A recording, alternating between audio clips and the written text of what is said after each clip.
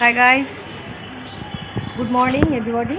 তো আমরা আজকে যাচ্ছি আমাদের মিলন সংঘ ক্লাবে। প্রতি বছরে না এবারও রক্তদানের আয়োজন হয়েছে, তো সেখানেই যাচ্ছি দুজনে ব্লাড ডোনেট করার জন্য।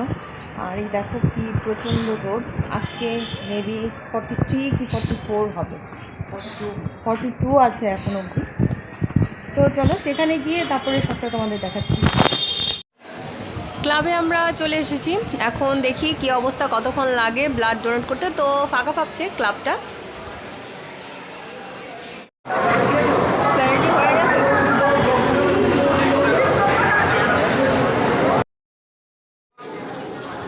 তোমরা সবাই এখানে দেখতে পাচ্ছ খুবই উৎসব মুখরভাবে ব্লাড ডোনেশন চলছে। তো এখানে লাইনে দাঁড়িয়ে আছে অনেকেই, লাইনে দাঁড়িয়ে ফর্ম ফিল আপ করছে।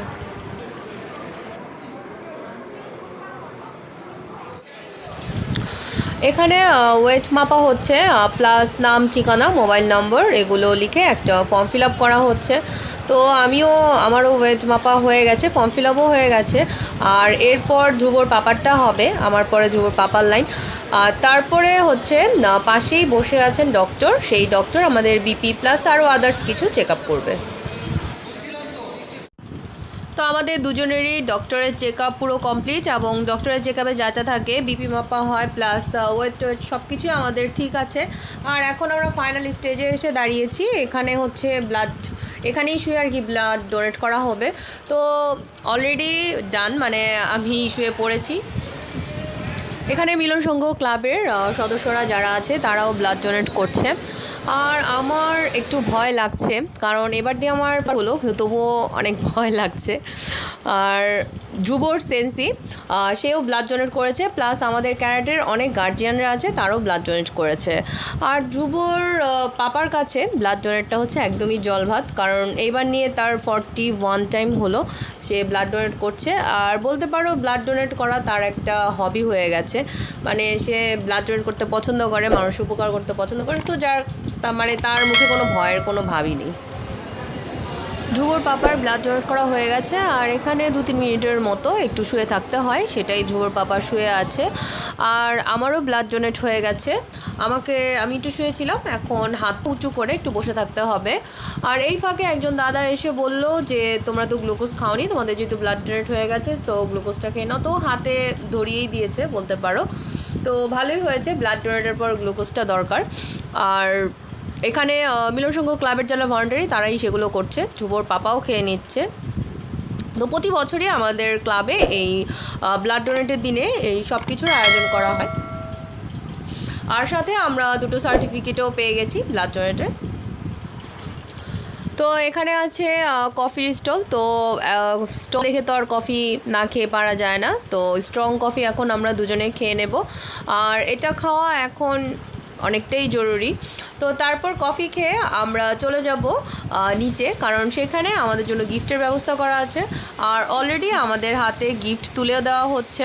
তো প্রতি বছরই কিছু না কিছু গিফটের আয়োজন করে, প্লাস কিছু স্ন্যাক্স, ফ্রুটস এগুলো আয়োজন করা থাকে।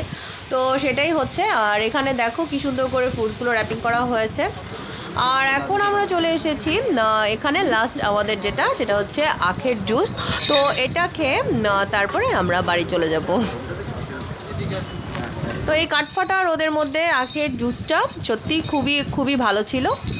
আর এখানে আমাদের ম্যামের বাবা, সে আমাদের সব কিছু এগিয়ে দিচ্ছে। তো ম্যামের বাবাও একজন এই ক্লাবেরই লাইফ লং মেম্বার।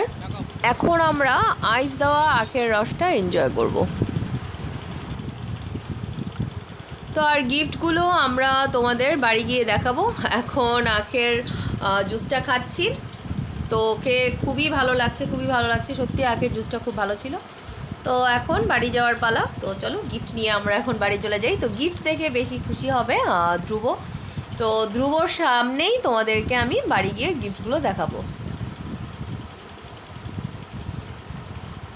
তো এখন কিভাবে রাস্তা দিয়ে নিয়ে যাব সেটাই ভাবছি, এত বড় বড় গিফট দিয়েছে, তো এগুলো আমি ধ্রুবর পাপার হাতেই দিয়ে দেবো। আর বাদ বাকি ছোটোখাটো যা আছে সব আমি নিয়ে নেব। তো গাইস, আমাদের ব্লাড ডোনেট কমপ্লিট। আর এবারের মতো আমার কত 5 টাইম 5 টাইম আর 41 41 তো খুব ভালো লাগছে লাকচা ডেকোরেট করে। এখন আমরা বাড়ি যাচ্ছি।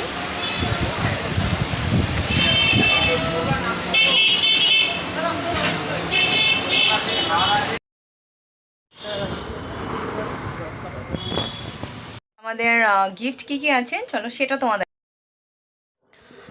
গিফট এখানে দিয়েছে ফ্রুট, যেহেতু আমরা দুজন সো আমাদের সব কিছু ডাবল ডাবল। আর এখানে স্ন্যাক্স আছে, কেক আছে, প্লাস ফ্রুটি আছে। এখানেও ছিল, তো ধ্রুব ফার্স্টে ফ্রুটি আর কেকটা নিয়ে নিয়েছে।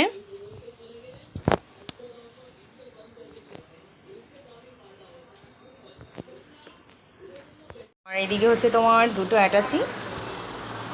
কি ধ্রুবর জন্য? বললাম না গিফটটা পেয়ে কে খুশি হবে? ধ্রুব।